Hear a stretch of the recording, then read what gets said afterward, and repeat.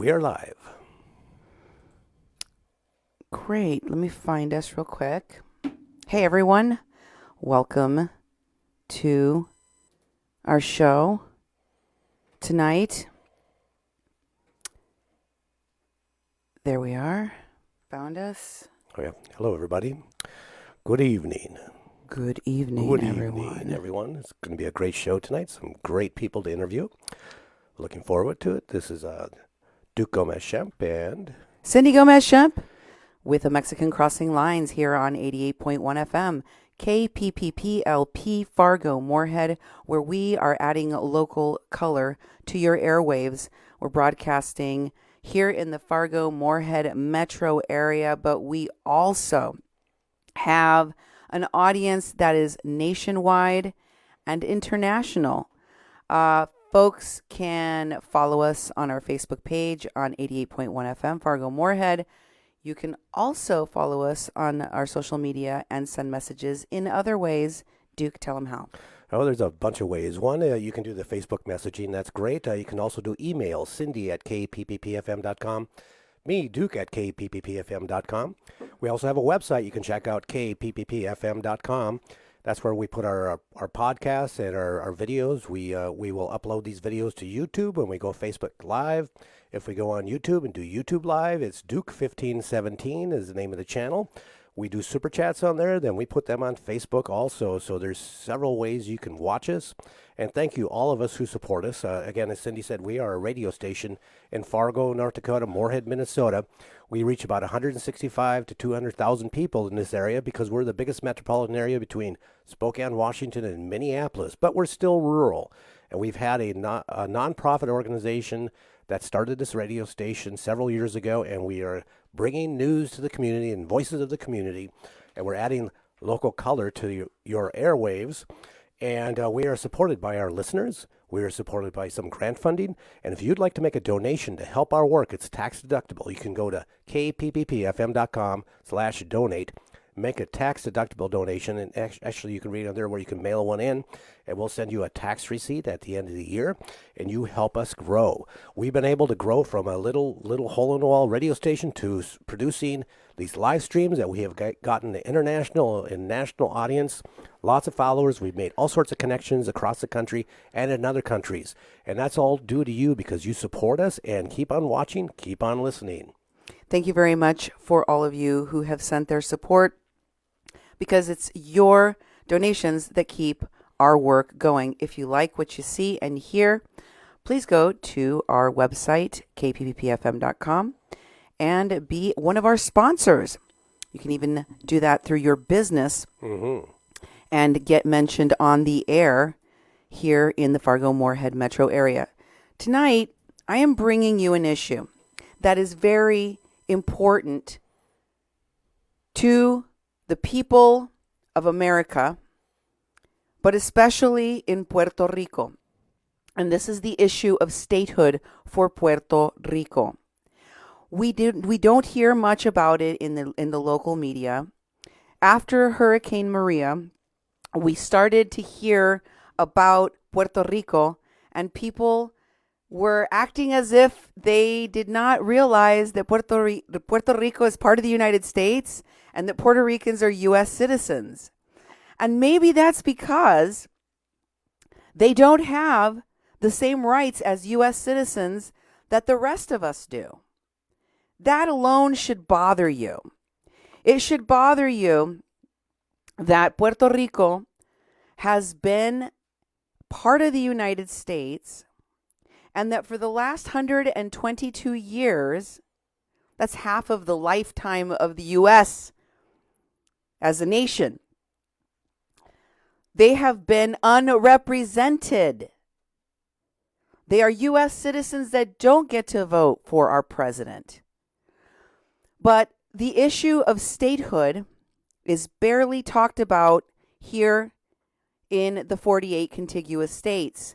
And we are going to change that. We are going to bring you the voices tonight of two gentlemen who live in Puerto Rico. One of them, Jose Olmos, is a retired lieutenant colonel of the U.S. Armed Forces. And the other is formerly part of the stateside Americans, James Dornacker, now living with his wife in Puerto Rico. Welcome to both of you to our show to talk about this important topic of statehood. Thank you for being here. Thank you. Thank you. Thank you for giving us this opportunity to share our situation with the nation and your listeners. Thank you very much. Well, Jose, why don't you start off by giving us some history about you personally?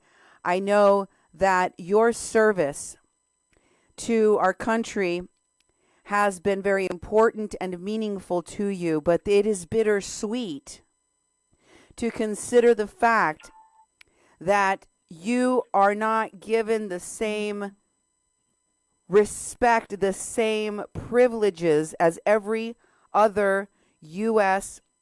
veteran has. Please tell us a little bit about yourself. Yes, thank you.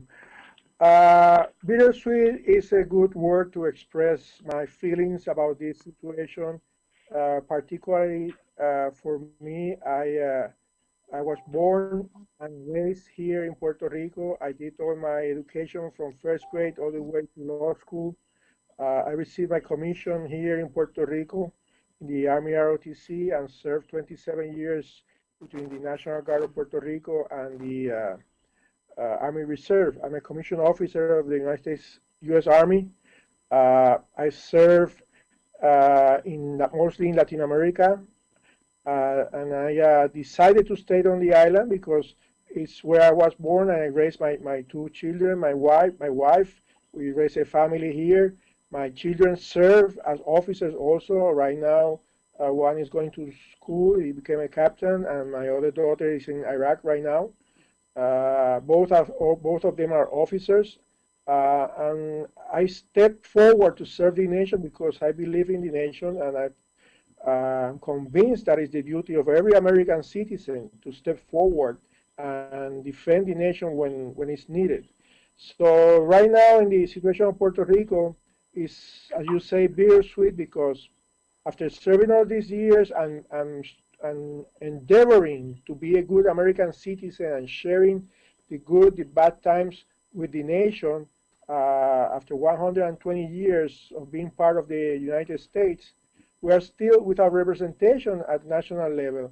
We don't have congressmen, we don't have senators, but Congress has the right to decide whatever is applicable to Puerto Rico, and we have no influence on the long run on what is decided by Congress towards Puerto Rico. We only have one congresswoman who is a resident commissioner, Jennifer Gonzalez. She doesn't have a vote in Congress, so really she can demand, talk to people, try to push them, hustle them, but in the long run, she doesn't have the power of the vote to defend our interests as citizens.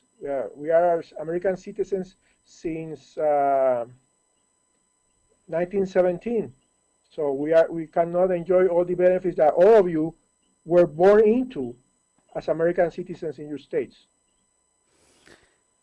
That is true. That is truly a tragic situation for the people on the island. James, you have been living in Puerto Rico. You moved there. You said that this was your second time moving there. Yes, that's correct. And you are married to a Puerto Rican woman, correct? Yes, that's correct. So very good Puerto Rican woman too. I'm sure. James, tell me, for you as an American citizen that's been living stateside the majority of the time, what was the change like going to Puerto Rico? What do we take for granted? Well, first of all, we don't have a vote, so I can't, even though there may be people who vote multiple different ways, different backgrounds, different ideas, different ideals, even like Jose, I'm equal to Jose in the sense that I don't have a voice here, I don't have a vote here, and I'm not represented either any more than he is or anybody else. Jennifer Gonzalez is the same person that would represent me essentially as it represents everyone else, but she has no voice because she's one person that's representing the whole island, and she's involved in a few different areas in the government that I've sent you a couple links to see some different things, and she speaks up when she can, but there's only so much she can do, and really all the veterans here that have contributed from Jose to I think as far back as 1898, there was a couple of veterans that I read contributed to wars as early as World War I and maybe before that here in Puerto Rico. All the veterans here deserve a voice. All the people deserve a voice. I think more so than what a lot of people are pushing out to give. And I say this with a little touchy-feely here because I don't want to offend anybody, but my opinion is we should be looking at 3.5 million citizens here for a voice before we look to illegal immigrants and people who have cheated the system to get into the United States ahead of time. And we even have some of those folks here, believe it or not, on the island that have made their way here and sometimes make their way to the United States however they might. The problem is our voice here, I've learned, is important, and it's not being recognized in the service that these guys do in the Army. And Jose's got much more time. I'm just a 4.5-year veteran from the 80s, didn't serve during any wartime.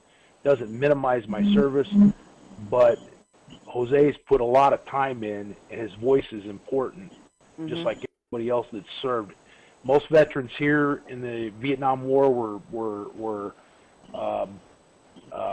drafted, just like stateside, and they didn't have a voice. And a lot of these guys, and I've talked to them in the VA, a lot of these guys went not knowing English, and they still managed to serve a fruitful career, whether it be 3 years and with medical discharge from the military for whatever, or some of them went on to serve as many as 30 plus years and retired with full benefits and served in many wars. So, and they still have no voice.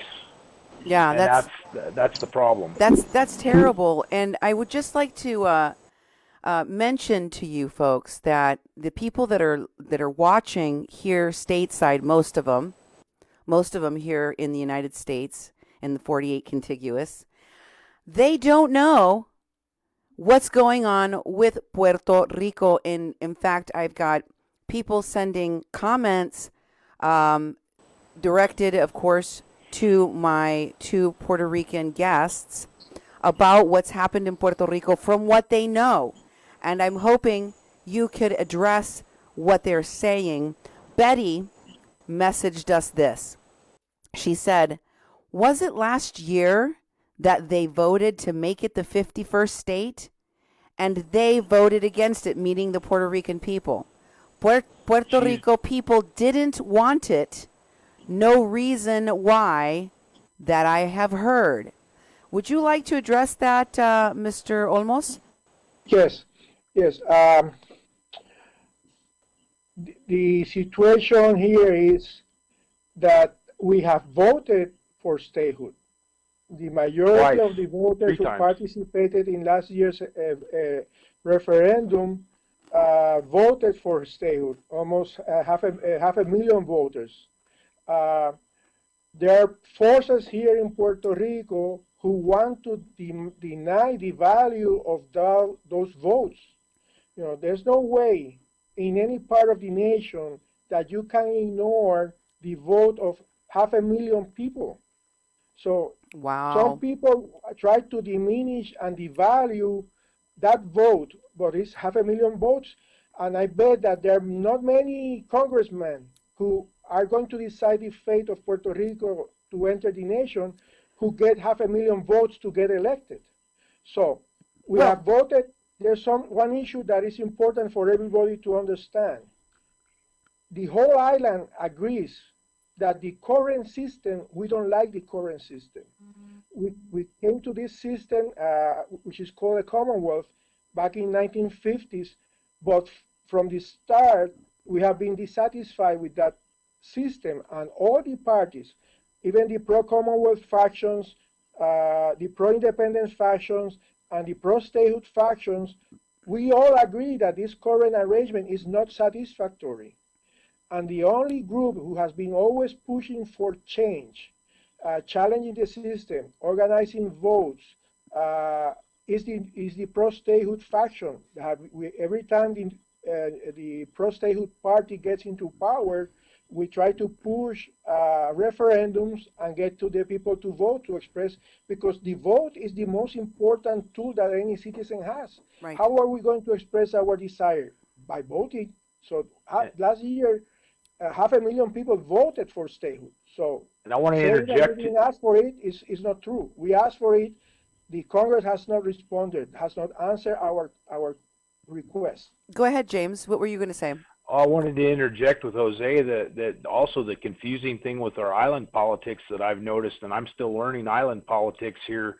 The confusing thing with the island politics is when they do a referendum or what's called a plebiscito or plebiscite, they make the definition either very confusing or too many choices to try to steer people away from a yes or no vote. Or right now, currently, they're trying to put in just a yes statehood or no statehood vote, which for the folks that want to keep things the same, it makes it easy. They just vote no.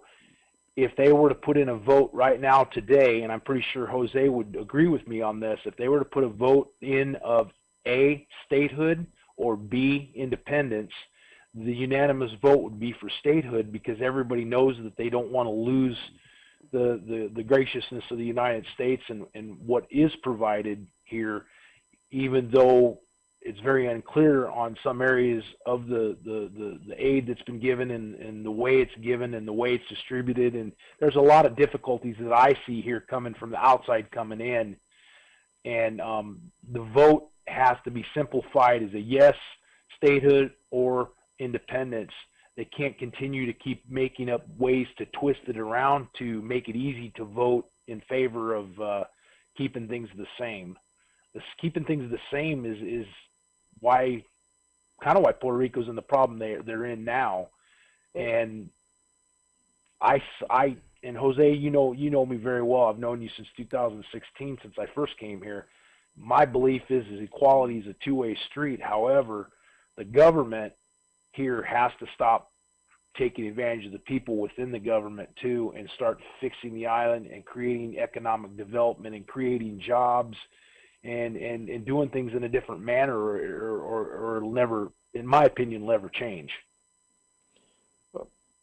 James brings up the experience of an American citizen or a fellow American citizen who moves to the island, decides to move, and there are many here living in Puerto Rico, which is the interesting part is that as soon as he moved to Puerto Rico, he lost his right to vote for representation in Congress. Exactly. Just by moving here. Even if President Trump, Obama, Alexandra Ocasio, Mr. Congressman Grijalva, if they move from their states to Puerto Rico and become a resident, they will lose any right to vote. Now, concerning the definitions, the situation is that the definition has been established by the local parties. We have been writing, and each faction writes their own definition. The pro-statehood is just becoming a state. That's the only question that they put on how they frame the question. You want to become a state with all the rights, duties, and benefits of a state, but then the opposition finds ways to sabotage the system and discredit the value of the vote. Now, surely as you just mentioned, Yes. Raul Grijalva, and of course, Puerto Rican Congresswoman Alexandria Ocasio-Cortez, part of the Democratic Socialist Party. She's a Brooklyn congresswoman, not Puerto Rican. She's Puerto Rican, but not a congresswoman for this area. Well, That surely is important. surely she is definitely supporting statehood for Puerto Rico, and Yes, she is. helping you, and so is Raúl Grijalva in your efforts to be represented for, especially because the island is a large population of indigenous people, and that's what Grijalva and Alexandria Ocasio-Cortez fight for, the rights Not of the voice. necessarily. Is that true? Not necessarily. They're not fighting for rights. They've changed What? their tune. They fight for their own interests. Congress, Exactly. congressmen and congresswomen, they fight for their own interests, or whoever pays their campaigns, and that's the way the system is set up. Mr. Grijalva has been putting face that he wants to stay, but he has been putting a lot of obstacles. He's supporting right now the Carmen Yulín Cruz, which is anti-American, and she's the vice president of the campaign of Bernie Sanders. She's the mayor of San Juan. Exactly. And she became the beauty and the heroine, the hero of the disaster of Maria, and she has been selling herself as a very positive image for Puerto Rico, which is not. She is not. Alexandra Ocasio and all the congressmen who have Puerto Rican heritage and are now in Congress, they not necessarily support statehood for Puerto Rico. They are they are socialists. They are anti-American because they have supported movements in Puerto Rico who place an obstacle to becoming a state and sabotaging every effort that we go to Congress to demand and ask for a decision from Congress. They have been an obstacle. Mr. Grijalva is an obstacle right now. He's the head of the Natural Resources Committee in Congress, but he's not willing to push for statehood. He's not willing to pass a resolution or a law or an act to enable it to happen.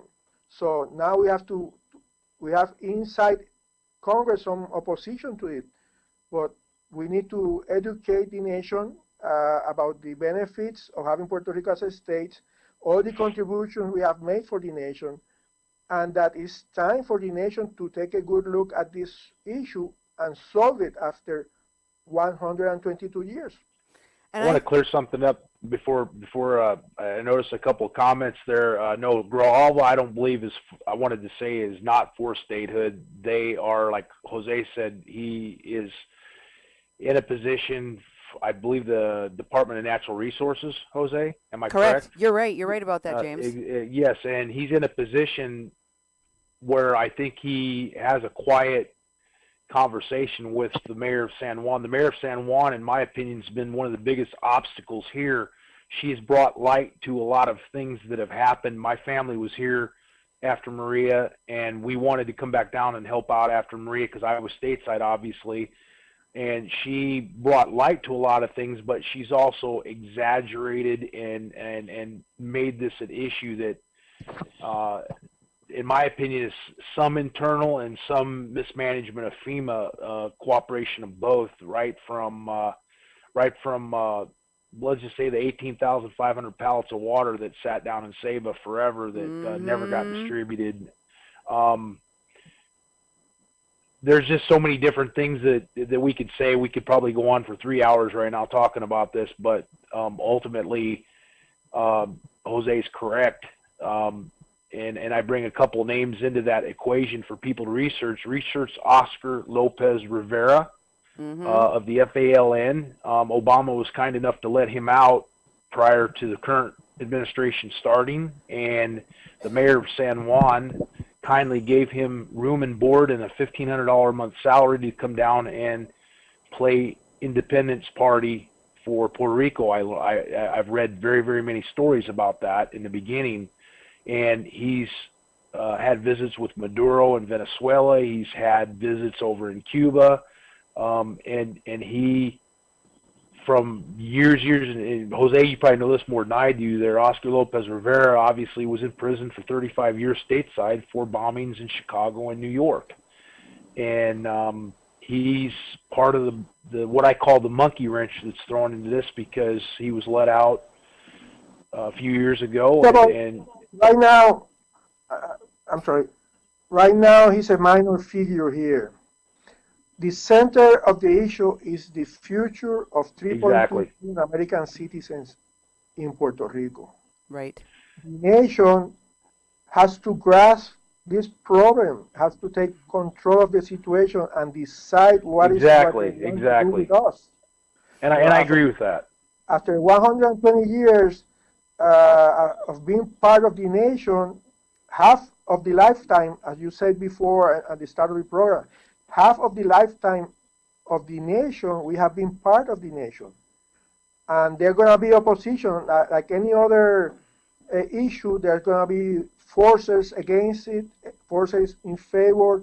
But the central factor is that the Congress and the American citizens, our fellow American citizens in the States, have to tell the congressman, listen, it's time for you to do something about Puerto Rico. If we are willing to spend billions of dollars sending troops to the Middle East, I read that they spent in the Iraq war. It's expected to $800 billion, something like that, in the future cost that the nation has to pay for that war. We could be the Bahamas at that point. And then you are not willing to decide the fate of Puerto Rico. Yeah. You are. They have a central issue about immigration, bringing refugees from overseas, making them part of a district in a state, and now 20 years later, after they came here, they were brought with the money of the taxpayer and given a home and state. Now they have a congresswoman in Congress, while us in Puerto Rico, after 120 years of being loyal one of our fine squad members, serving the nation in the good and the bad times, we are still without representation. How can that be possible? I just find it incredibly hypocritical that the obstacles in Congress are people like Raul Grijalva, are people like Alexandria Ocasio-Cortez, who is Puerto Rican in name only, apparently, because they're all connected, though. That's the whole key. They're all connected to people like Carmen Yulín Cruz Soto and Oscar Lopez and all. They're all connected in trying to keep quietly. They complain about equality, which is true. We need equality, but they're quietly fighting against achieving that the proper way. And it's quiet, it's quiet because it is so hypocritical of them to be doing it at all. They should be fighting for statehood. They should be fighting for your representation in Puerto Rico. It is shocking. I hope that people that watch this show tweet at them, message at them, and force them to take a position to support the statehood of Puerto Rico. Because what hypocrites they are for not being openly in support of them, but also for secretly trying to derail the vote on statehood, for trying to silence, because there is a media blackout in your own island on this issue. Isn't that true? You've told me that this is a problem. People don't really know what is happening in Puerto Rico the news down here, what I think I said yesterday after you let us go there, Jose, the news down here I've noticed has a tendency to not talk about outside issues, not talk about things that are important that would lead us to statehood.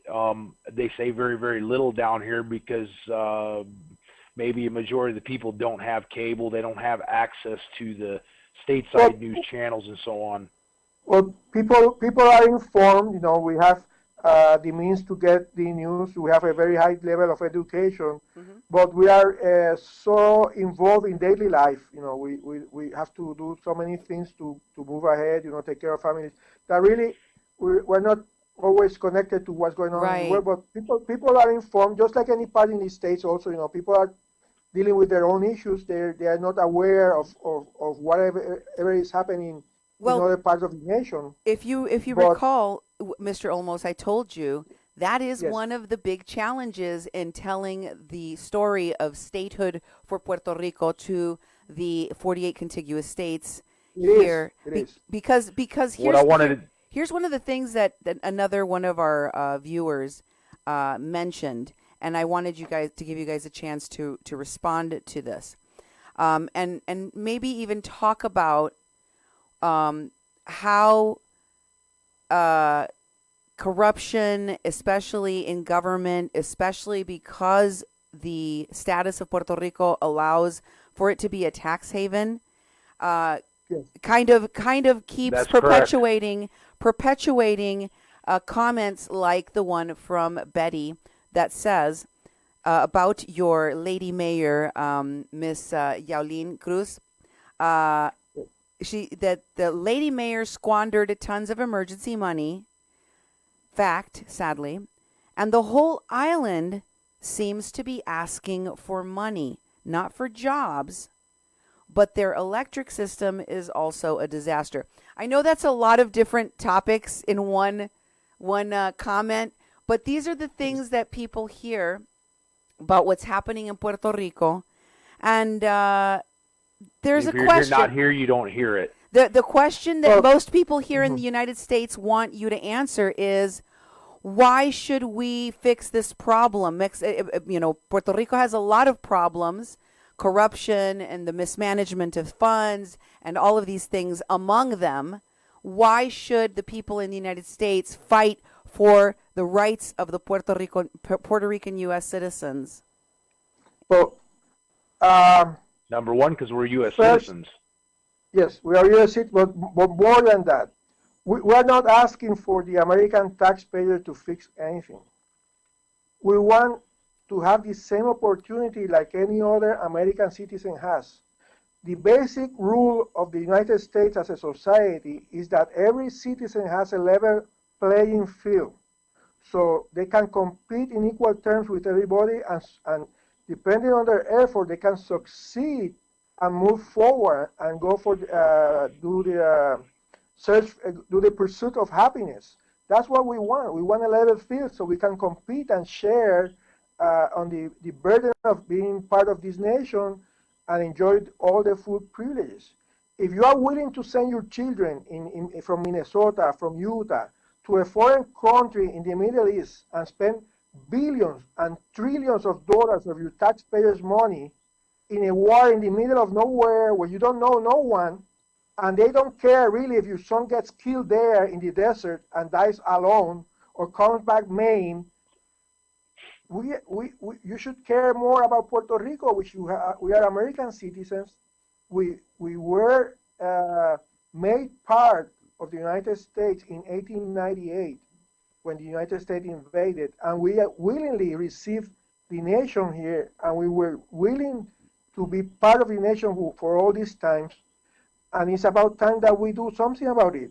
You cannot continue keeping us in a limbo for 120 years more. It has to end. It has come to a conclusion, and we need an answer from the American citizens. We don't want a bailout. We want a fair opportunity to be part of the nation as anybody else. If somebody comes 20 years, that came 20 years ago because of your generosity, you were willing to open the doors and your pocket and give them a district in the middle of nowhere in a state, why can't we be part of this nation also, which we have been 120 years with you? We have shared the battle, blood, sweat, and tears. We have soldiers who have earned the Congressional Medal of Honor in the battlefields of all over the world. We have astronauts. We have engineers who work for NASA. We have the best artists are from Puerto Rico, and your sons and daughters play our music all the time. How long are you going to put up with having 3 million American citizens without the right to vote and be part of the nation like any other American citizen? It cannot continue. It has to end. We need an answer. 500,000 citizens here in Puerto Rico voted for statehood. We need an answer from the nation. You have to face the music. and tell us what you want to do with us. Here's the biggest. The nation. Here's the biggest thing I wanted to add to that, if I may.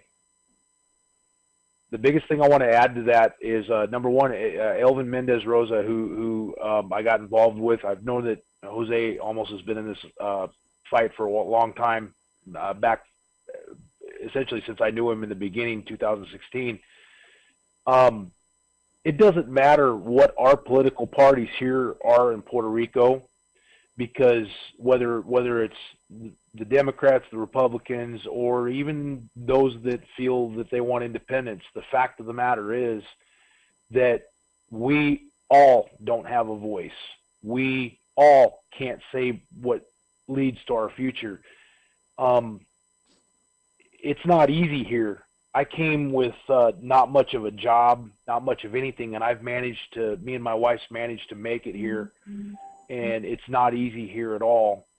The rich people coming here, it's easy for them to throw a bunch of money around and buy something out really cheap and do something and make something out of it.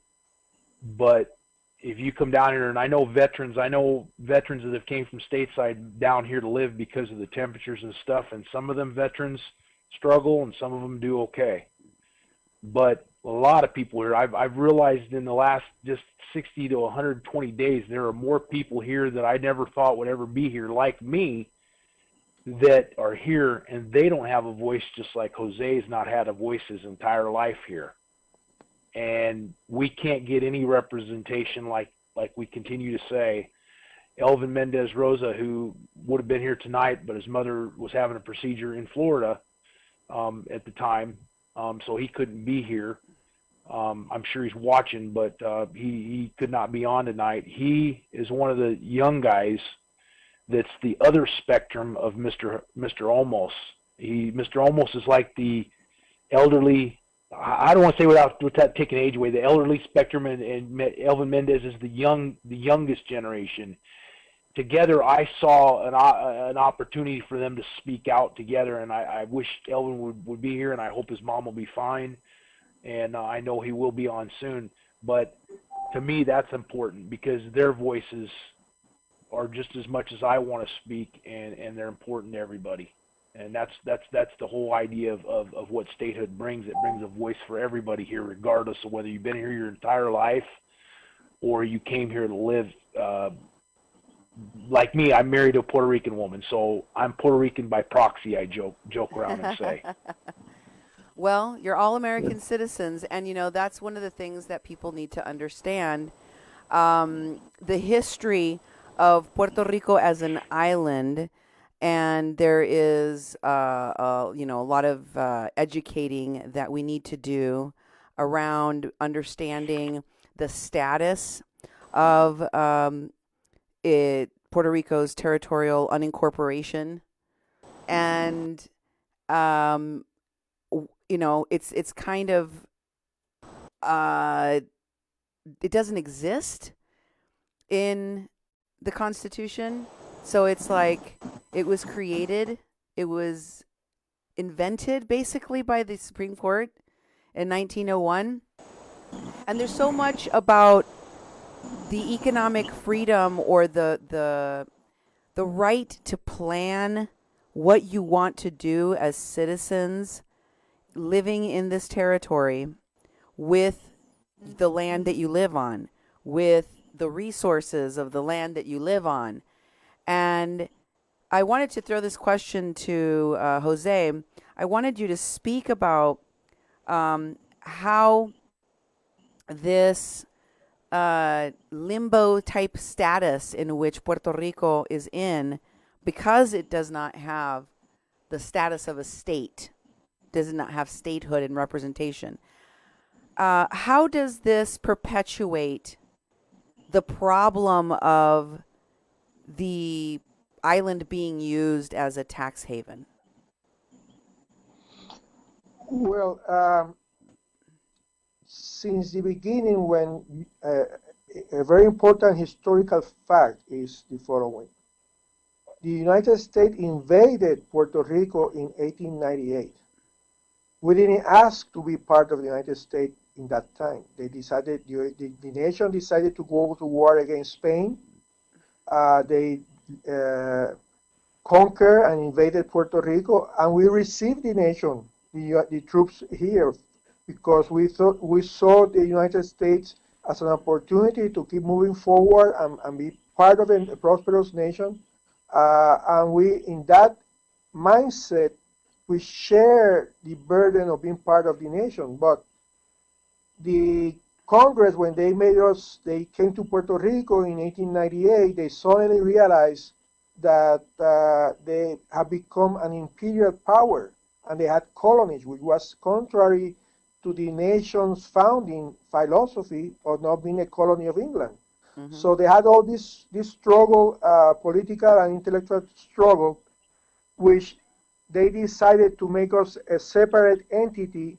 We were separate but not part of. That was the court's decision in the insular cases, which is crazy, because how can you be not part, belong but not being part of something? So, and based on that idea, they created all this tax structure that allow big corporations, first the sugar industry, the sugar barons, to come to Puerto Rico, exploit the sugar fields here.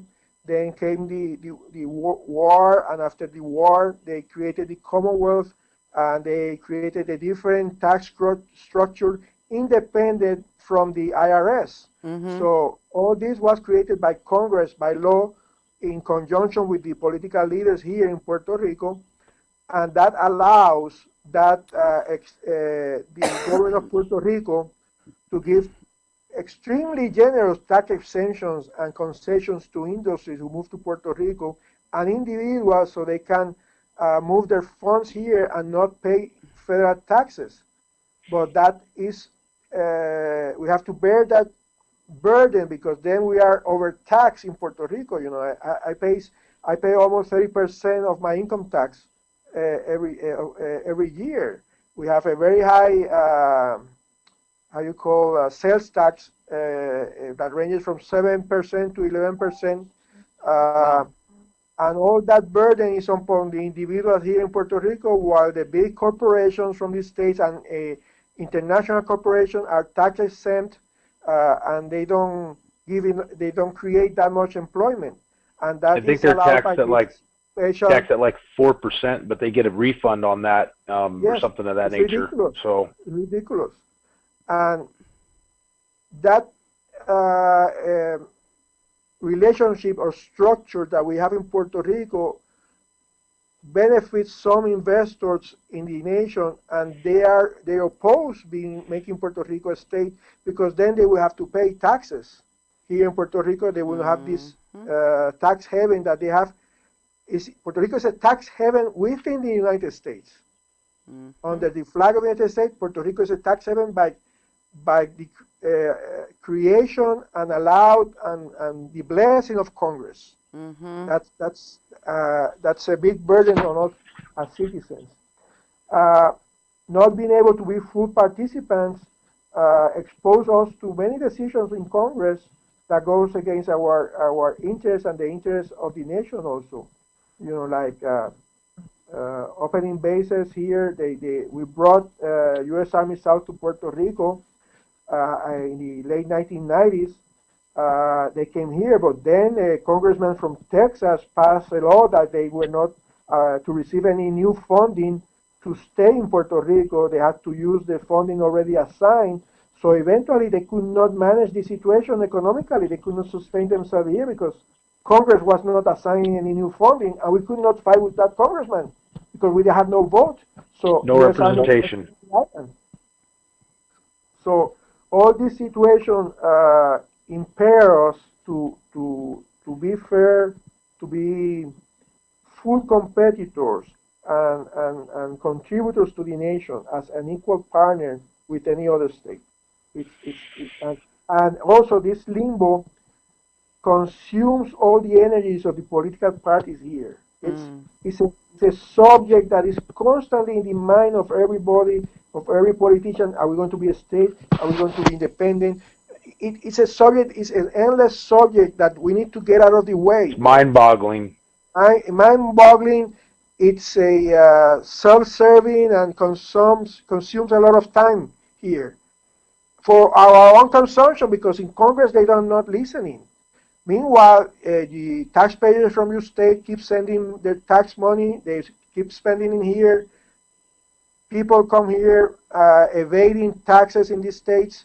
So you lose that money in your state, and we don't enjoy it here because it doesn't come for the benefit of our citizens here either. So you're being kept economically in a stranglehold. That is separate from the rest of the U.S. economy.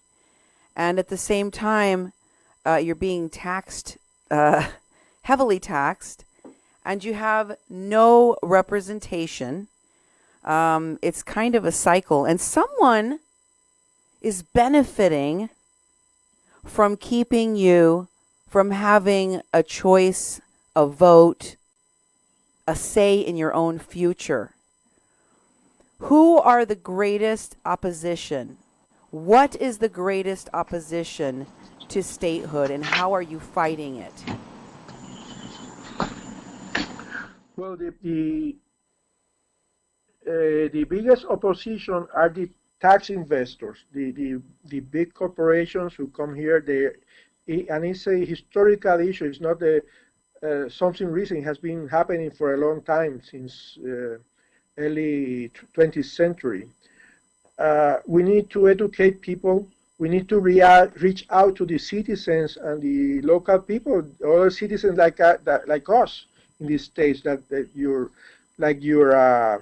listeners, and take the message directly to them, so they can hear that our fight is fair, our claim is just, and that we want a chance to be equal to them with the full rights and benefits.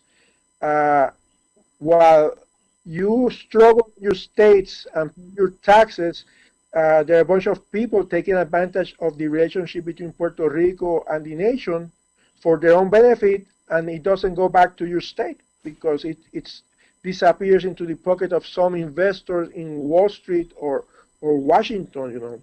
So it's a lose situation for the taxpayer in the United States and for us here also, that we cannot maximize our efforts because we cannot negotiate business pacts with our neighbors here. We have a border. The Caribbean border has 17 countries here in the Caribbean that we are neighbors, but we cannot negotiate directly with them because we're not independent. But we cannot influence the policies, immigration and business commerce policies in Congress that regulate that trade because we don't have representation in Congress. So what do you want us to do? You don't allow us to do one thing or the other. This island is 100 miles by 35 miles with two sub-islands, Vieques and Culebra, off to the east side. And then you have the St. Croix Virgin Islands off to the southeast a little bit. The amount of land on this island is unbelievable, that in some cases is empty and could be made into something or done or whatever. But like Jose says, most people, you have to have a lot of money to invest. There's a lot of navigation in the system down here to get through the system. We do operate, the system's in Spanish, so it's a little more difficult. Most of the people operate in English too, in the federal and so on, but generally Spanish is the main language here. I don't want anybody, there's been complaints. They've said, well, if we take Puerto Rico on, they're going to take your language away, take your heritage and your culture away. Well, obviously that's not true, because I learned about Puerto Rico in 2010 riding around in South Chicago doing work for Comcast Cable, and I never knew anything. I really didn't know much about it, but I was riding around then, and then I met my wife when she was in New York, and I learned a lot, and I've been here twice.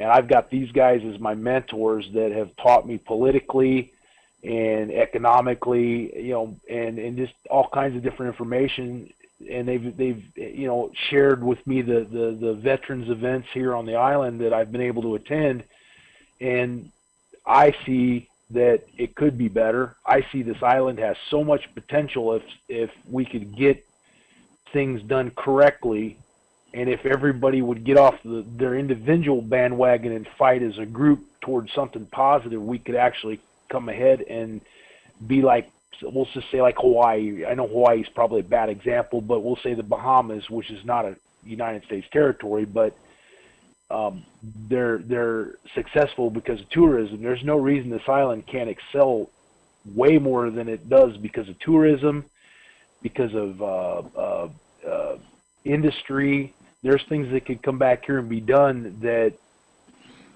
there's oil and gas on the south and north side of this island. I just read recently, and I also heard rumors that they're talking of building some refineries here. If that's true, that's great.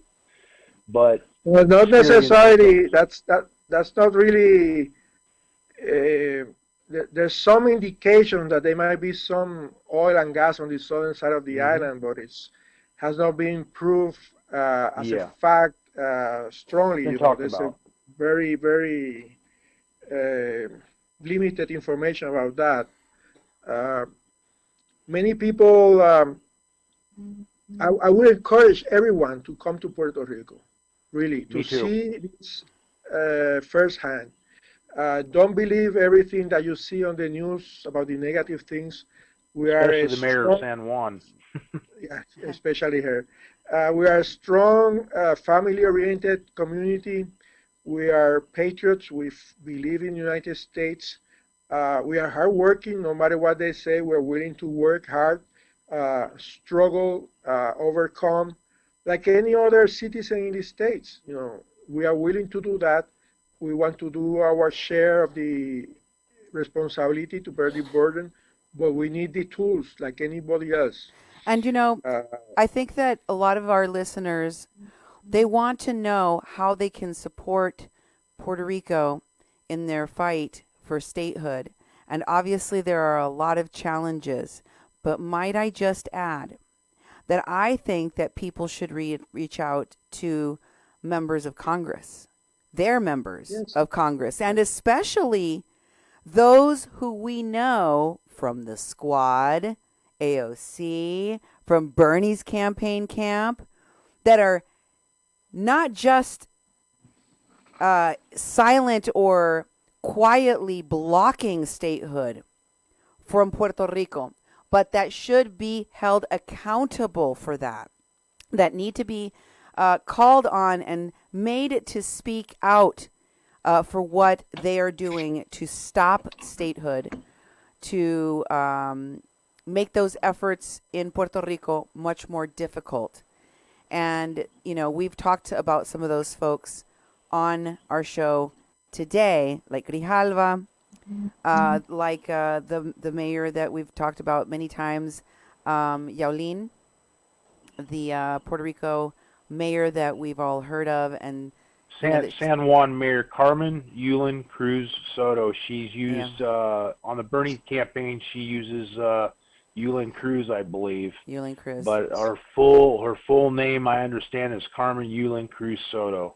Yeah. And she's been away from San Juan more than she's been around San Juan, from what I've seen. I drive over there several days a week to go to the VA, and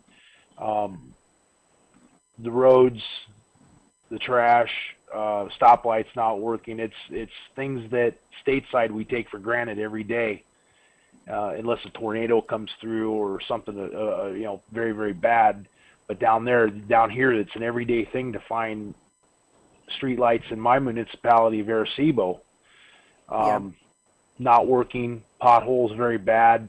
The way I understand things here, and I hope I don't step on no toes, but sometimes when you get a chunk of money, you do as little work as you can, and some of the companies that get the federal money, they do very little work, because I actually worked for one, and in some cases could be considered substandard, and they don't really do a good job, and so therefore it has to be done again in a year or 2 years, and it's just if they could create so much here, if they would just if our government here would start paying attention to what needs to be done instead of how much they can put in their pocket at the end of the day, I think that we would maybe get ahead a lot further. That's my opinion from the outside coming in, living here, seeing it every day, being around these guys, and starting to learn the politics down here and how they do things. But I have actually worked the for a first few step people. the first step to that really is for you to have statehood, because that would bring its own accountability, don't you think, Mr. Olmos? Well, yes, statehood will bring a lot of, it will stabilize the political situation here, because one of the biggest enemies of any economy is uncertainty. Yeah. If you are not sure what's going to happen 5, 10, 20 years ago, where you're going to be investing. Right now, I have a house here. Prices have been plummeting, going down for the last 10, 15 years. The value has not been going up any too fast. But right now, I'm not sure if the current price will hold for the next 10 years, 20 years. And that's due in part to the uncertainty nature of the current political status. Because we are always arguing, we want independence, we want the current status, we want statehood. That is a biggest problem of the political limbo, uncertainty about the future. We need a definition. It's not fair to wake up in the morning and not knowing what's going to happen with your property 10 years from now. And one of the things that your listeners have to be aware when they talk to the congressman or to the local political leaders is that we don't want any handouts. We want a fair opportunity to be part of the nation and do our share. We are willing to assume our responsibility for this debt. But part of the reason we had to acquire such a big debt and it got out of control is because we have no other alternatives to keep moving forward. You need to understand that no matter what people say to you in the States, we have supported statehood, and it has increased the amount of vote consistently for the last 30 years, 50 years. Last time it was 500,000 votes. How can you ignore the will of 500,000 votes? There's no way that you can ignore. There's a strong force there of 500,000 people who want statehood, and Congress has to answer to that request. The other thing, the language. Language is no barrier. We are willing to learn. No, not at English. all. I learned English in school here. I had to use it to go to the army and lead your sons and daughters in the army. Being an American citizen, living in the island, disenfranchised, I was given a commission in the U.S. Army, and I could do it. And not knowing English has never been an obstacle to drafting our men to war. In First World War, 200,000 men registered for the draft in Puerto Rico after a public outcry demanded the War Department at that time that we wanted to defend the nation. Mm-hmm. The Congress didn't want to extend the draft to Puerto Rico because they didn't saw us fit to defend the nation, and we told them no. We are part of the nation, and we want to defend the nation. It's our duty. 60,000 were drafted. They did not deploy to Europe at that time because the war ended before that. For Second World War, 60,000 were drafted. Wow. 40 for Korea. For Korea. 40 for Vietnam. And I have a friend who learned English in the army, and he told me, listen, when they drafted me, not knowing English was not an obstacle to send me to Vietnam. Right. Why should it be an obstacle to becoming a state? You go to many parts in the nation, Chinatown, Japanese community, Somali communities. California And is I was just going to primarily say, Spanish. James, and they vote the for state a of congressman. California. In California, you go California's to Spanish. Spanish, Arab, whatever language, and they vote for the congressman. Right. And now you tell me that because I'm in Puerto Rico and we like to speak Spanish most of the time, I cannot vote for a congressman. What are you talking about? How can that be possible? Yeah. You need to look at the mirror and look at the face and at your place and see how can we tolerate 3.2 million American citizens disenfranchised while we allow a bunch of people coming across the border. With some people in the state want to allow illegals to cross the border. They want to. Oh yeah, exactly. We have no obstacle for giving the how you call those the DACA Nothing children. against legal immigration. Legal immigration. I have no problem to regularizing their status, but that cannot be the first the major issue.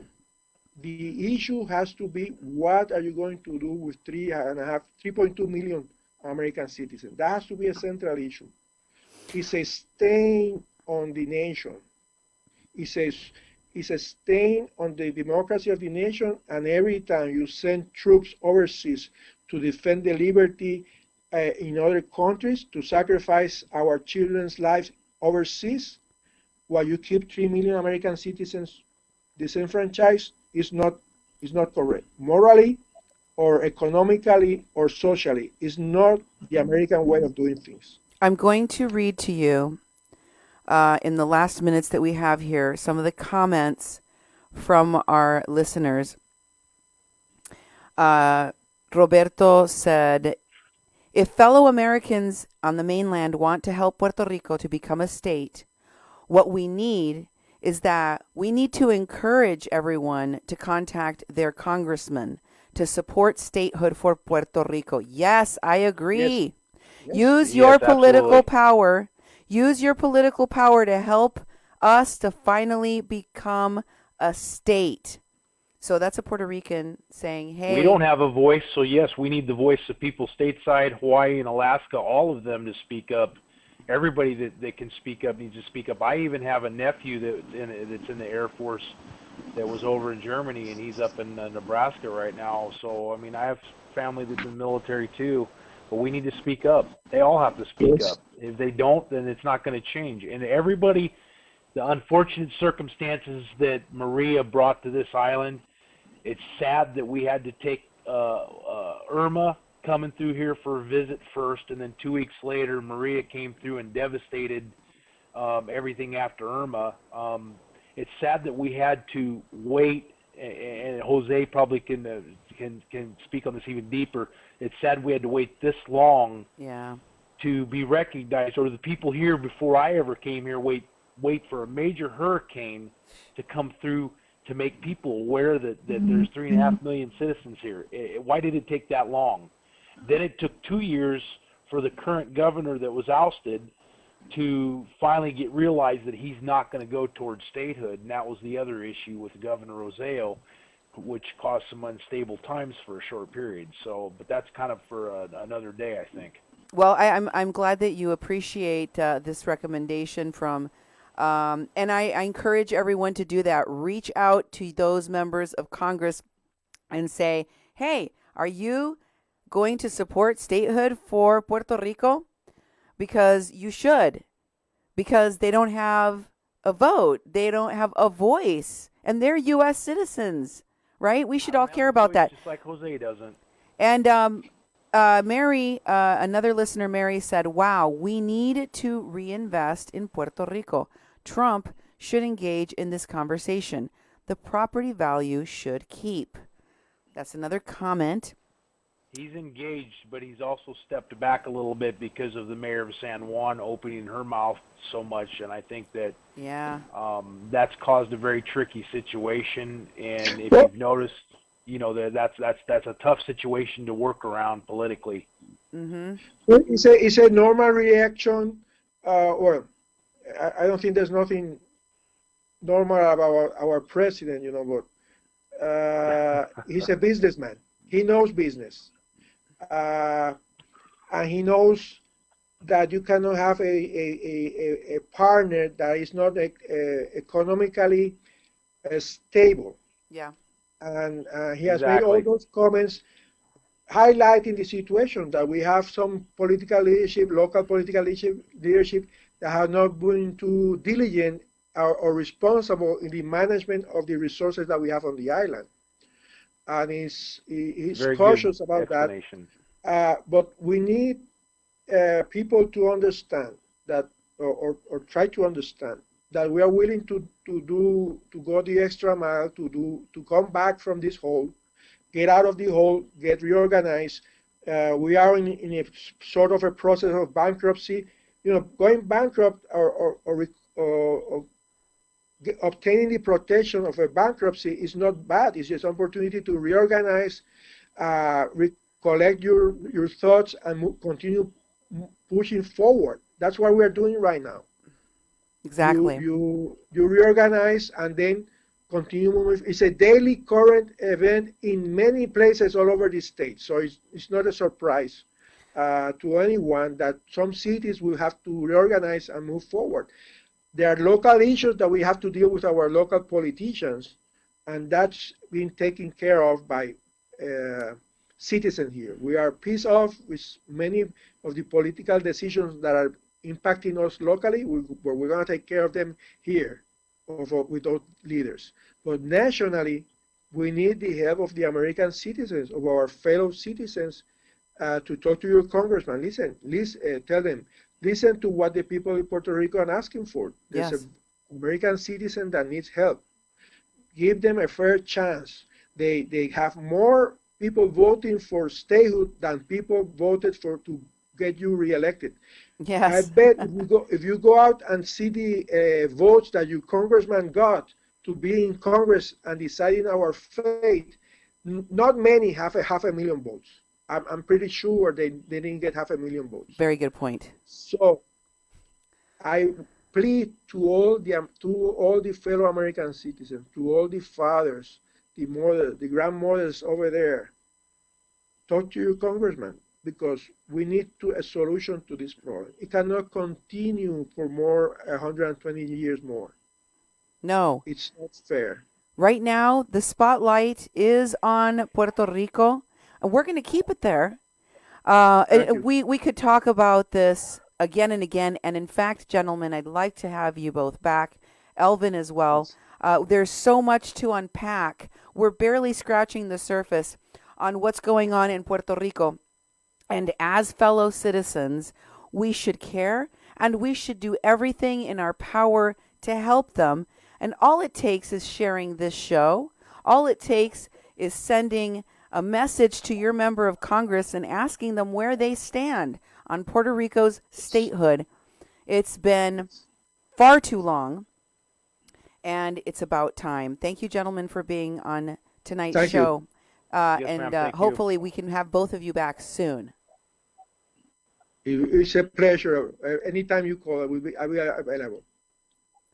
All right, Thank James. you so much. Thank you, guys. Have a great night. And ma'am. keep checking our social media, because I have an amazing show coming up for you. On my next show, I will be talking about the media allies of the Border Support Network and where they are at. What is their message currently? You thought the camps were gone? You thought that the campers were gone? No. They're still around, and they're up to no good. We'll bring you more reports on that on my next show here on the Mexican Crossing Lines. Thank you for being with us to talk about Puerto Rico statehood. Share this everywhere you can. It's part of the education process for people to get involved and get invested in this issue. Thanks for being with us here on a Mexican Crossing Lines with your hosts, Cindy Gomez-Schempp. And Duke Gomez-Schempp. You've been listening to 88.1 FM, KPPPLP Fargo Moorhead, where we are adding local color to your airwaves. Good evening. Buenas noches.